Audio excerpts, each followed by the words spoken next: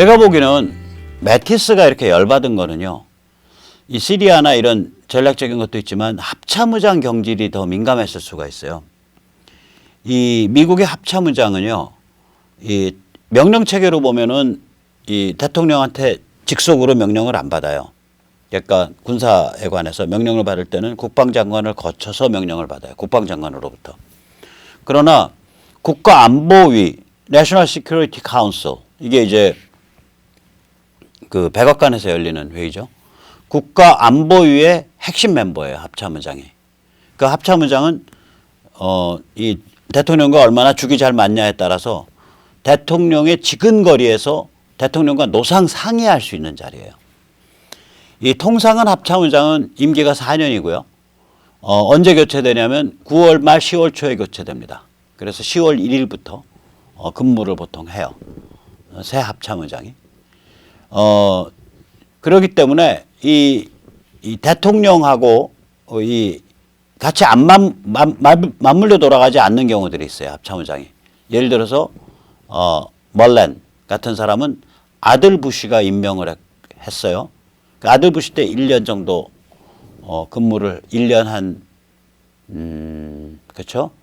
1년 정도 근무를 하고 그 다음에 오바마 때 거의 3년 가까이 근무를 했어요. 그러니까 안 건드린 거죠. 임기 다 채울 때까지. 그러니까 무슨 임기가 이렇게 정해져 있는 것 같지는 않은데 그 통상적인 임기가. 근데 요번에 합참의장에 대해서 이게 여긴 제가 잘못, 이 현직 합참의장의 던포드는요. 던포드인데 이 사람이 던포드는 원래는 그 관례에 의하면 내년 9월 말까지 가야 돼요. 그 오바마가 2015년 10월 1일 날 오바마 때 임기를 시작을 했기 때문에 내년 9월 1일까지 가야 되는 건데 9월 30일 정도까지. 요번에 이제 트럼프가 12월 8일 날 마크 밀리를 합참의장에 지명하겠다라고 발표를 한 거예요. 그 만약에 이게 이제 상원에서 인준돼야 되는 자리인데 상원 인준 거치고 나면 마크 밀리가 그래서 만약 경질이 일어난다. 그러면 이게 임기 중 경질이 된다고요. 던포드를. 이런 일을 아마도 매티스랑 상의를 안 하고 그냥 저질렀을 거라고요. 트럼프가 매티스랑 그런 불협화음이 있었기 때문에 아마 이런 것들이 굉장히 매티스를 자극했을 거예요. 이 상명하복 체제 시스템에서 움직이는 군 출신으로 보면 이건 매티스 입장에서는 거의 참을 수 없는 그런 뺨 때리기가 됐을 거라고요.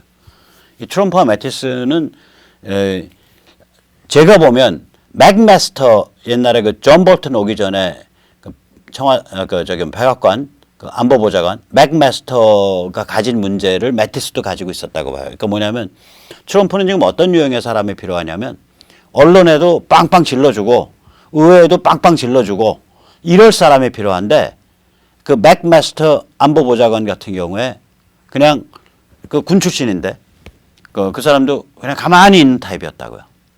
이 매티스는 트럼프가 이 군 예산 엄청나게 늘려주고 해서 막 싸움질하고 막 언론과 싸우고 이럴 때 매티스는 그 싸움을 같이 거들질 않고 딱 점점 빼고서 다녔단 말이에요. 그러니까 의회랑 관계가 굉장히 원만한 거예요. 민주공화 양쪽에. 그러니까 이게 요번에 이제 그 합참의장에 된 사람 보면 왜 매티스한테 뭐를 요구했겠는가가 보이는 거예요. 그래서 트럼프가 매티스를 저 사람 좀 민주당 같아. 이게 안 싸워준다는 얘기거든. 자기가 의회랑 엄청 싸우고 미디어랑 싸울 때. 요번에 합참의장 된 지명된 아직 인준이 아니니까 그 마크 밀리는 군인인데 이게 완전히 이런 조직 안에서 이게 와랄이에요. 입 바른 소리 하는 강골이라고요. 이 사람이 군부 안에서요, 미국 육군 안에서 이라크 전쟁사를 이 사람이 미 육군 뭐라 그러나 이제 합참 의장은 아니고 육군의 총대장이었단 말이에요. 조인트 스태프였단 말이에요. 그러니까 이 이라크 전쟁사를 미 육군에서 이 사람 명령에 의해서 편찬을 했는데 준비를 했는데 아직 발표가 안 됐어요. 왜 그러냐면 이게 그 이라크에서의 미 육군의 그 작업 활동을 치부까지 다 까발겨서 기록을 했다고. 그 반발이 세요. 군부 안에서. 이 사람은 편찬하려고 그러고 군부는 편찬을 못하게 하고. 그래서 이게 그 긴장이 셌던 걸로 알아요. 그 지금도 아직 그거 편찬 안 되고 출판이 안 되고 있거든요. 그 다음에 이제 의회에 이 사람이 나가서도 그 아마 예산 문제 때문이었을 텐데 미 육군을 대표해서 나갔을 때도 의회에 뭐라고 얘기했냐면은 의원들한테 지금 이거 당신들 결정 안 하는 거는 일종의 직업적 그 우리가 뭐라 그래 malpractice면 직업적 직무유기다. 그러니까 그 professional malpractice라고 그 의원들한테 들이받아 버렸다고 이 사람이. 강골이란 소리죠. 입 바른 소리 잘하는 강골이란 소리예요. 그래서 이 의회나 이런 쪽에 충돌하는 걸 아주 전혀 몸을 사리지 않는 그런 유형의 인간이에요. 그런 사람이니까 아마도 매티스랑 관계가 굉장히 안 좋았을 거고 그 매티스랑 관계가 안 좋은 이런 성향의 인물을 매티스한테 이런 방구 상의도 없이 합참 의장에 임명했다고 추정이 됩니다. 그럼 그런 일이 벌어지면 매티스로서는 그만둘 수밖에 없죠. 아까운 사람인데 워낙 지금 미국이 큰 변화를 겪고 있거든요.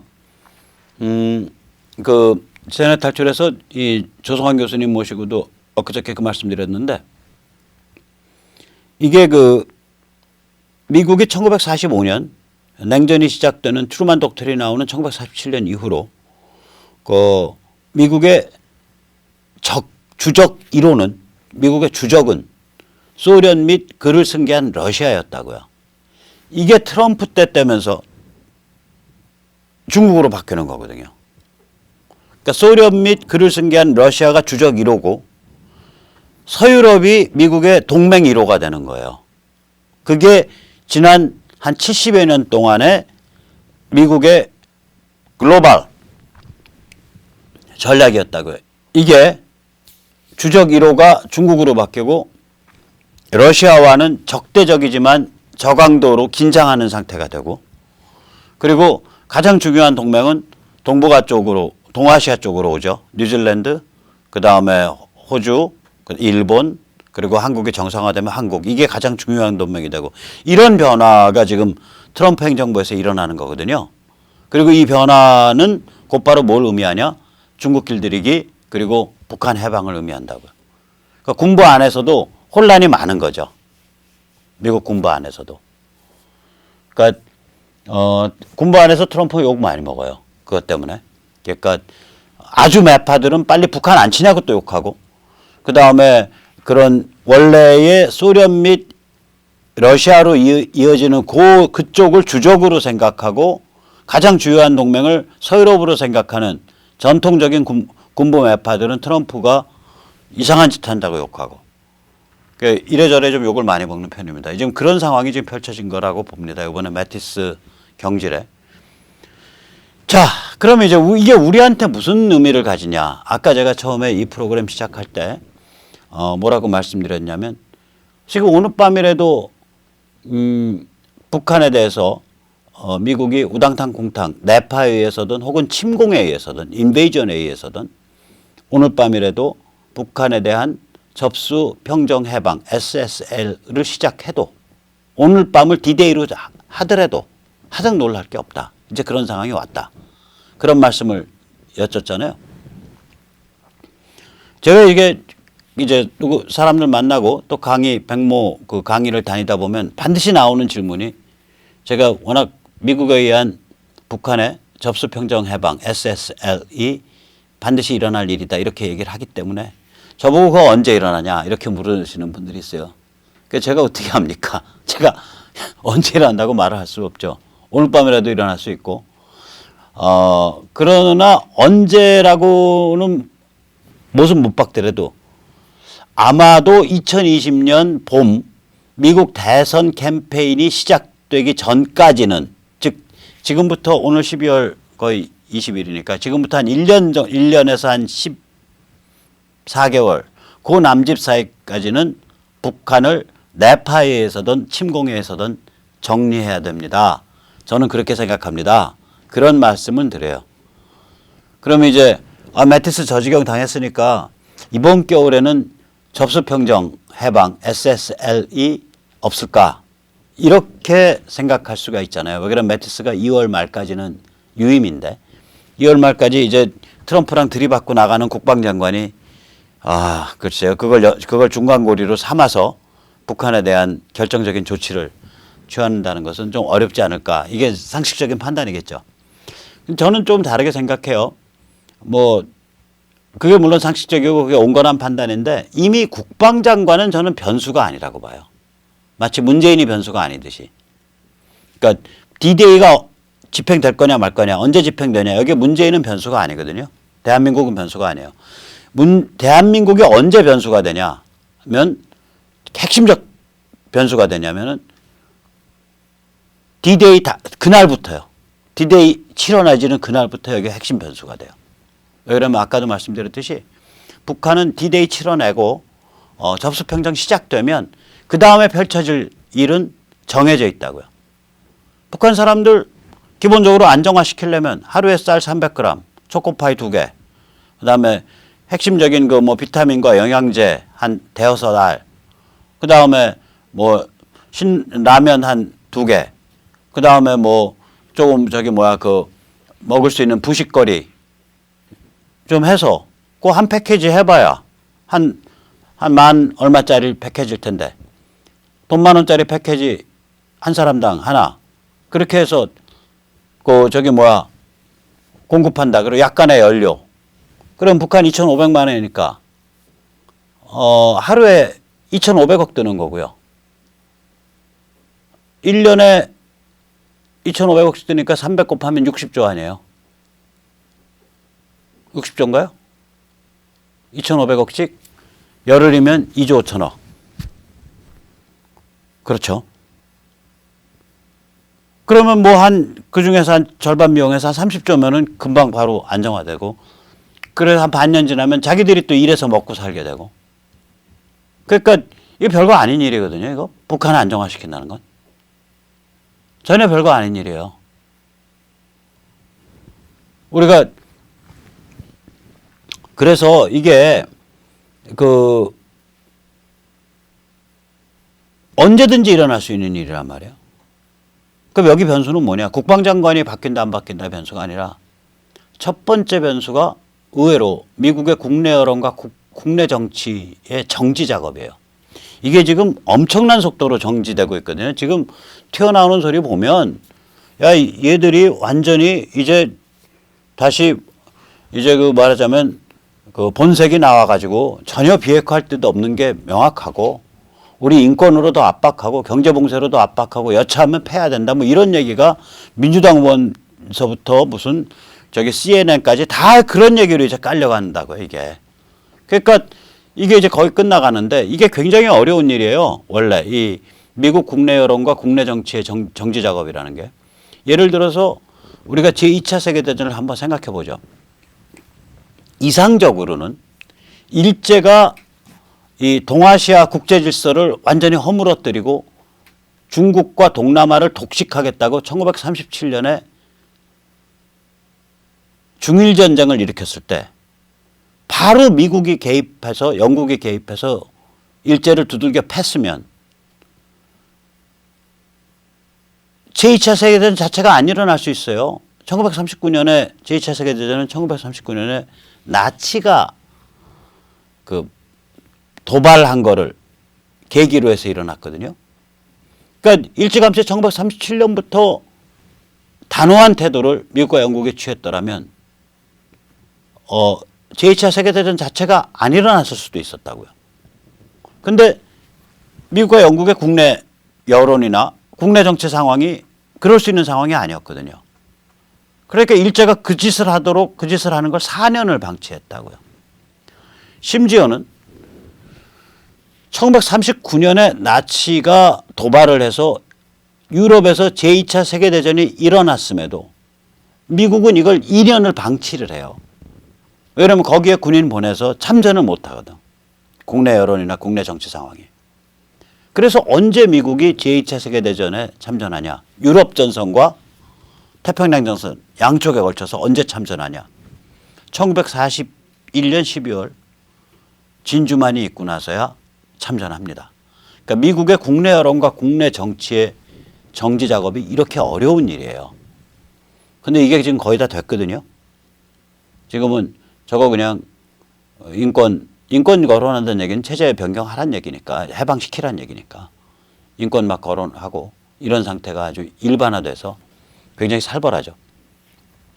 여러분 이렇게 군사 포위해놓고 경제적으로 거의 봉쇄에 가까운 제재를 취한 상태에서 인권을 거론한다는 건 그냥 립 서비스로 인권을 거론하는 게 아니라 체제를 바꾸란, 그러니까 해방을 시키라는 뜻이 되니까 그렇습니다. 두 번째 변수는 뭐냐면 북한이 이제 어떻게 도발하냐인데, 이게 북한이 이 조선중앙통신에서 엊그저께 주한미군은 침략군이고 우리가 그 한반도 비핵화라는 거는 미국이 먼저 비핵화해야 된다. 그러니까 미국이 대한민국 안에서 핵무기 다 없애겠다, 혹은 핵무기를 반입하지 않겠다라고 약속해라 이거지. 근데 미국은요 그런 약속 전혀 안 하는 나라거든요. 전 세계 어디에 대해서도 그런 약속을 안 해요. 미국은 전혀. 그래 뭐 미국이 기본적으로 내다보는 이 스팬이 100년. 지금 쿠바가 미국 한 번 약 올렸다고 그 미사일 소련 그 미사일 기지 설치하겠다고 까불던 게 그게 지금 53년 전 일인데, 그걸 지금도 치부책에 써놓고서 쿠바랑은 단교 상태를 유지하잖아요. 그리고 쿠바인들에게 미국 비자를 안 내주잖아요. 미국 방문 비자를. 지금도. 그러니까 미국이 북한에 대해서 우리는 한반도에 핵무기를 전술 핵무기 배치할 뜻이 없고, 그 다음에 한반도 안으로 핵무기를 뭐 순간적이든 영구적으로 반입할 뜻이 없고, 한반도에서 핵무기를 순간적이든 영구적이든 운영할 뜻이 없다. 뭐 이런 소리를 미국이 안 써주죠. 기본적으로 안 써주죠. 그러니까 지금 그러니까 북한이 때를 부리고 있는 거예요. 이제 막가잔 소리죠. 야, 미국이 그런 거를 안 써주는데 왜 우리가 핵무기 내려놓냐, 이제 이런 소리 하고 있는 거죠. 변수 세 번째는 중국 길들이기입니다. 이거는 사실 이것만 따지면은 앞으로 한 1년쯤 있다가 작업하는 게 나아요. 왜냐하면 이게 중국에 대한 어떤 경제적인 조치, 그러니까 관세 조치, 그 다음에 여러 가지 지재권에 대한 압박, 중국에 대한 이런 여러 가지 조치들은 시간이 갈수록 더 파괴력이 세지거든요. 지금 중국 성장률이 아주 형편없다는 거 아니에요. 고든창 같은 사람은 그 1%대라는 이야기가 있는데 그게 맞을 수도 있어. 진짜 성장률 따지면, 이렇게 트위터를 어저께인가 올렸거든요. 그러니까 이런 상태가 아주 멍이 들어서 아주 몸이 아주 그냥 뭐라 그러나 이제 으슬으슬 오한이 들고 멍이 들고 이제 몸이 삭아가는 거라고요. 이게 시간이 갈수록. 그러니까 몸이 삭으면 당연히 북한을 미국이 접수평정 해방시키는 과정에서 중국이 개입할 위험성이 없어지죠. 그러니까 이게 이제 중국이 어느 정도까지 몸이 삭았다고, 그래서 중국의 개입 위험성이 없다라고 미국이 무엇을 기준으로 언제 판단하냐. 이게 세 번째 변수가 되죠. 그러니까 이런 변수에 비하면, 이런 3대 변수에 비하면 국방장관이 지금 사표 써놓은 상태고 내년 2월 말까지 밖에 못한다, 혹은 이런 얘기들은 큰 변수가 못 되는 거예요. 우리는 그러니까 뭘 봐야 되냐면, 이게 큰 차원에서 미국이 중국을 길들여서 중국으로 하여금 인류 보편의 가치와 규범을, 지금 미국 사람들 미국 행정부랑 가까운 사람들, 또 미국의 논객들 하는 얘기 보면, 기본적으로 학자들 하는 얘기 보면 기본적으로 뭐라고 얘기를 하냐면, 중국은 국제법과 인터내셔널 로와 국제 규범, 놈이라 그러죠. 규범을. 인터내셔널 로와 인터내셔널 놈이 국제 규범이 무엇인지도 모르고 그걸 마구 파괴하는 국가다. 이렇게 얘기를 해요. 이구동성으로. 그러니까 쟤들은 세계 시장을 떠받치고 있는 그 플랫폼, 그 세계 질서, 인류 보편의 가치와 규범을 준수하는 세계 질서를 스스로 파괴하려고 그러고 그게 뭔지도 이해도 못하는 놈들이다. 그러니까 거꾸로 말하면 쟤들 지금 길들이지 않으면 큰일 난다. 이 얘기거든요. 여기에 지금 많이 모아져 갔다고요. 그러니까 이러한 중국 길들이기가 진행되고 있고 그 길들이기에 있어서 가장 핵심적 열쇠, 핵심적 뇌관은 핵심적 해결책은 북한 해방인 거거든요. 그러니까 우리가 이 큰 그림을 봐야지 그래야 이거 이 길로 가는 수밖에 없다. 물론 이게 워낙에 위험한 일이에요.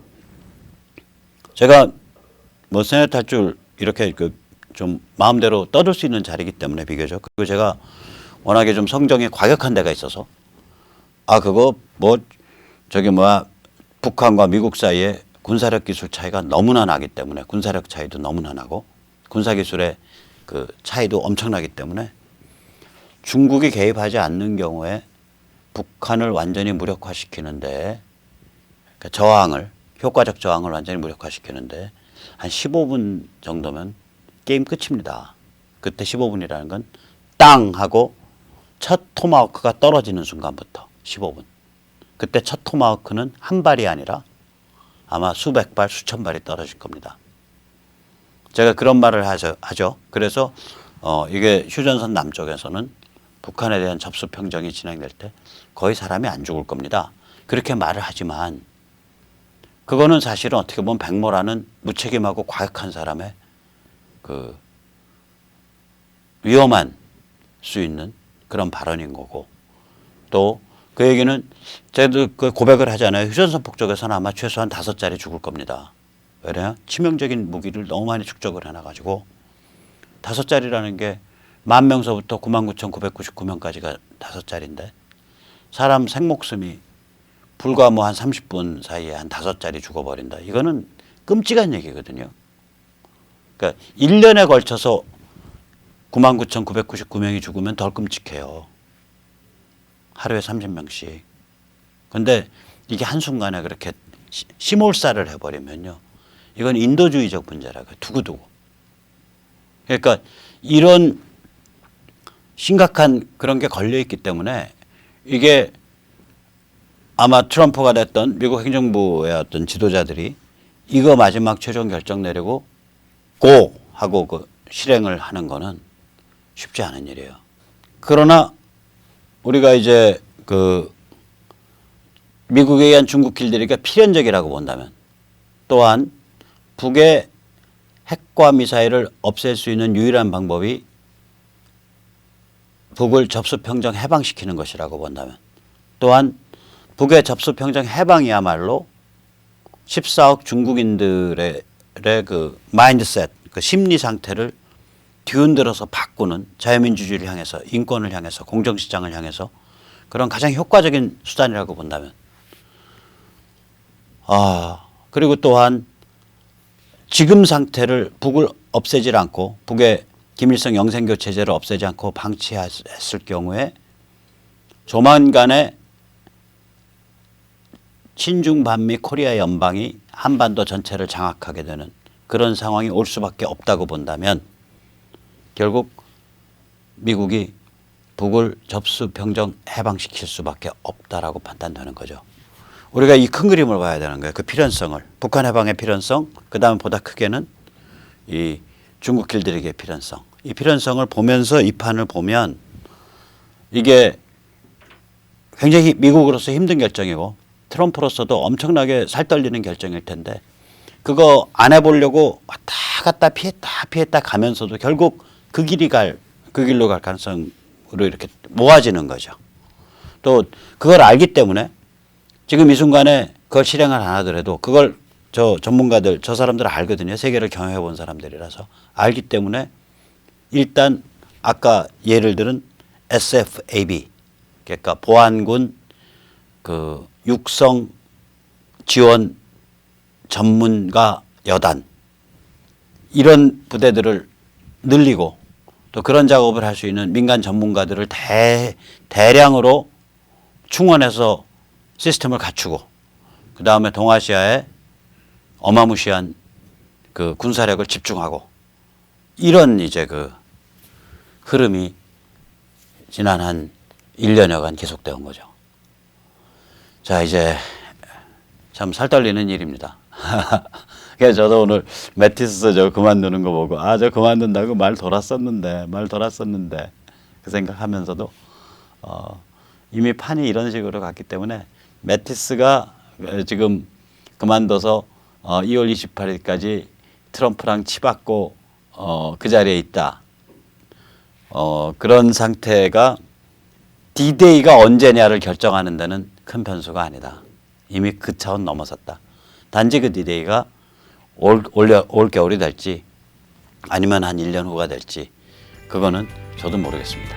오늘 여기까지 모시겠습니다. 감사합니다.